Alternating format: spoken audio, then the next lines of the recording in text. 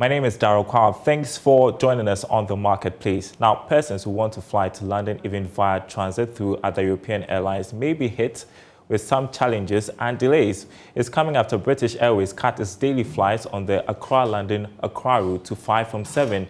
Here's more from this report by George Afe. Joy Business is learning that for persons that want to look for alternate flights to London via other major European airlines, will now have to deal with the transit visa challenge before they can reach their final destination, that is London. Now, Joy Business is learning that persons that are traveling with the Dutch airlines KLM will need a transit visa. But we also gather that the Dutch embassy is trying to have a quota on the number of visas that are issued by its officials. This might make it difficult for everyone flying with KLM to London to get there on time. Well, the challenge is not only with KLM that is demanding these transit visas, because Brussels and Air France are also requiring the same. Sources say this is due to the strict enforcement of the Brexit rules. Well, for those that still want to explore the transit routes to London, maybe they can consider flying with Kenya Airways or Ethiopian Airlines to London. Well, for now, if you insist on getting a direct flight to London with British Airways, then it will only be available on Tuesdays, Wednesdays, Fridays, Saturdays and Sunday. And also for the month of June, you should be prepared to pay not less than $2,500 for an economy class ticket that is from Accra, London, Accra.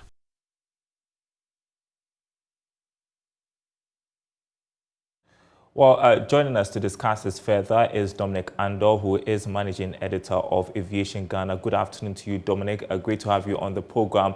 How significant is this that British Airways is cutting back on flights on the Accra-London route? Well, British Airways for Ghanaian passengers has been flying here for decades, and is the #1 choice of most of Ghanaians traveling to the UK. But once they cut down flights from 7 daily flights, well, 7 flights a week to 5 flights a week, it means that we will have more demand exceeding supply. That's why, if you notice in your report, you noted that the prices have inched up a little. We expect that, of course, when there is so much demand and the seats available, the price will inch up a little. So typically for British Airways, we expect that they will fly daily, but because they are not flying daily, it's also hitting Ghanaian passengers very high because the price have inched up a bit.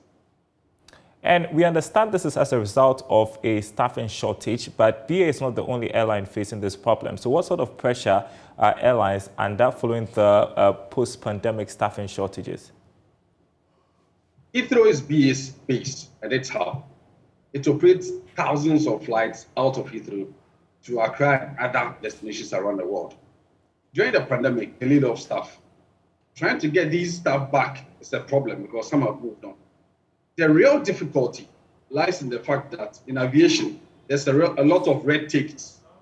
So some of the people who are interested in working for BA, that BA has submitted a list that I have spoken to these people, I want to recruit them, and I've submitted a list to the Home Affairs Office for security clearance. That is what is causing the delay.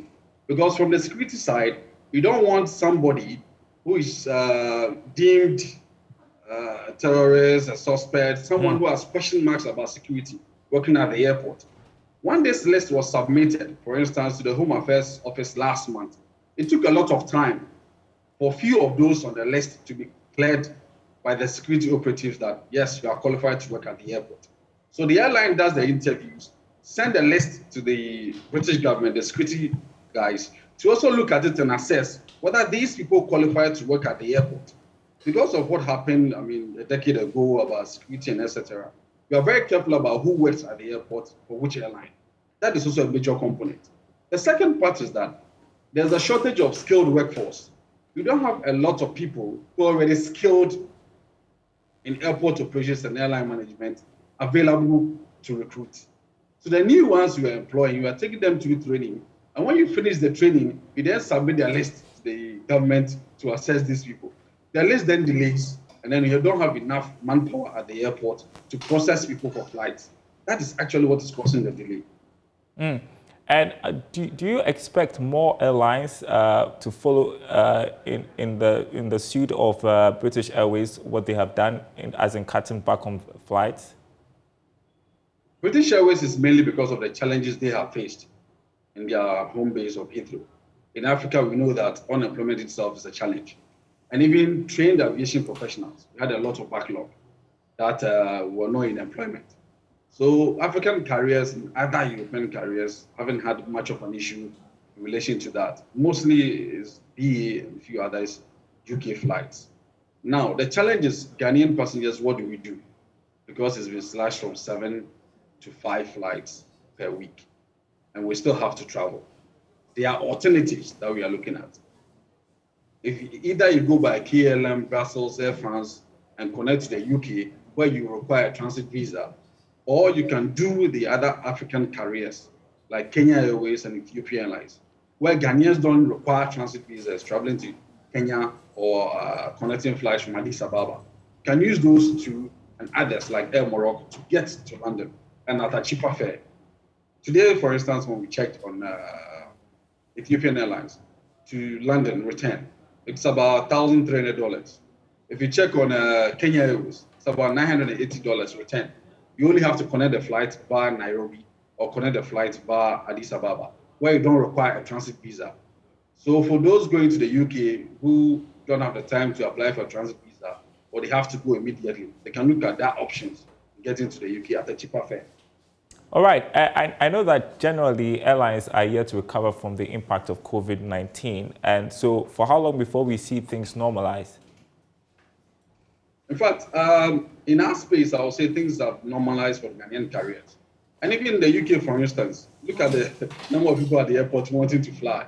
It tells you people are now homesick, they want to travel and explore the world.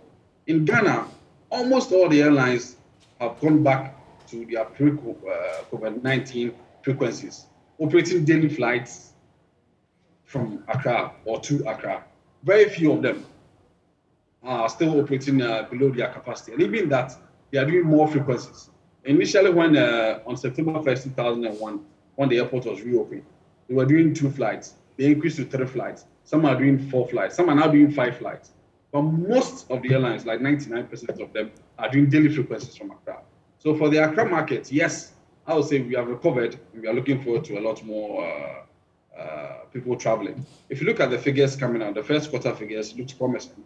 And we expect that with the lifting of the restrictions on gathering, etc., Afrochella and other ones coming up in December, etc., we expect that by December, we should be back to the pre-COVID-19 figures that we had in 2019.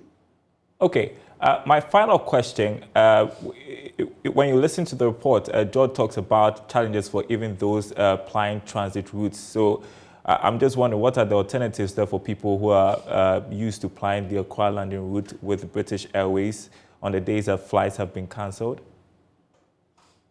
Well, the alternatives are many. Either you go by Brussels, Air France, KLM, through Europe.